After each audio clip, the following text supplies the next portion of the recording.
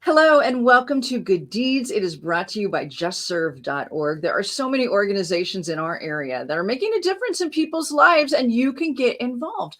Find one that really speaks to you, that you can get passionate about, and find out more about donating your time, volunteering. A great place to start is justserve.org. Today, we are finding out more about Yolo Farm to Fork with Salvador Ramirez, who is the executive director. Salvador, thank you so much for being on Good Deeds, and thank you for the work you're doing in the community. Hi, yes, thank you, Cheryl. It's wonderful to be here. I'm excited to chat a little bit about our organization and about myself. Yes, love to hear more about it. We hear a lot about Sacramento being the farm to fork capital of the world, but your organization is actually taking that concept and impacting young lives with education. Can you tell us more about the work you do? Sure, absolutely. I'd love to. So, yeah, as you said, Sacramento is known as the farm to fork capital of America. But what most people don't know is that a lot of the food is actually grown in the greater Sacramento region. So, Yolo County is one of those parts of the region that lots of the wonderful, fresh, yummy food and fruits and veggies are grown. And what our organization, Yolo Farm to Fork, does is we work directly with younger children with edible school gardens, and we teach them how to grow food from seed. Fresh food, wonderful, highly nutritious food.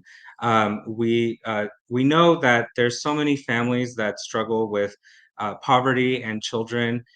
Growing up in poverty, often they don't eat too many healthy foods. So this is one way of our organization reaching out and helping provide that a little additional help that these kids are going to need to grow up to be healthy, strong leaders in their community.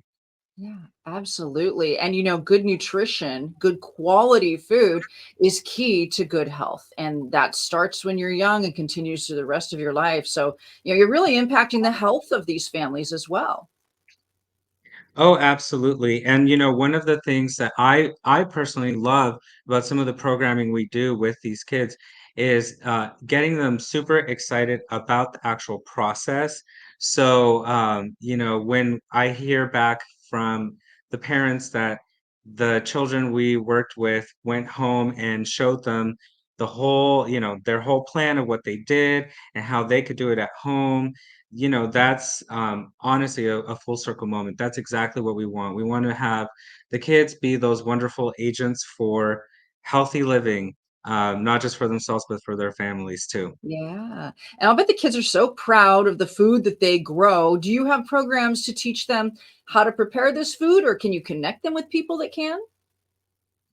Good question. So we absolutely do. Part of the programming is not just to teach them how to prepare where the food is going to be planted and do the whole patient waiting time of the growing.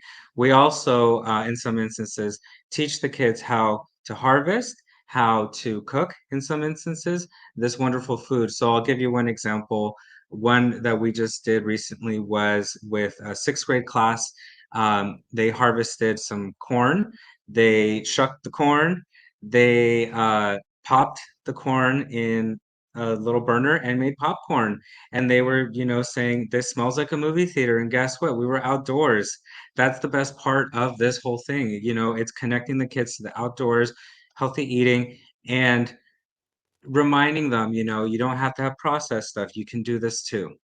Yeah, what a wonderful program and what an impact you're having on young lives. Is there a way that we as the community can get involved? How can we volunteer? How can we support what you're doing? Thank you so much for asking. Yes, so we actually have a Giving Tuesday campaign that is going to be launching. That's to help us continue to provide this programming.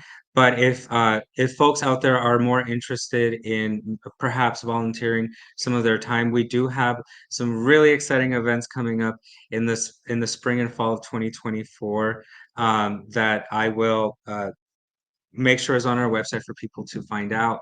But it's all about being outdoors. Anyone who wants to volunteer with us is more than welcome to. Well, that sounds like a great opportunity for all of us. Thank you so much for the work that you're doing with Yolo Farm to Fork. And thank you for being on Good Deeds. Thank you, Cheryl. I had a great time.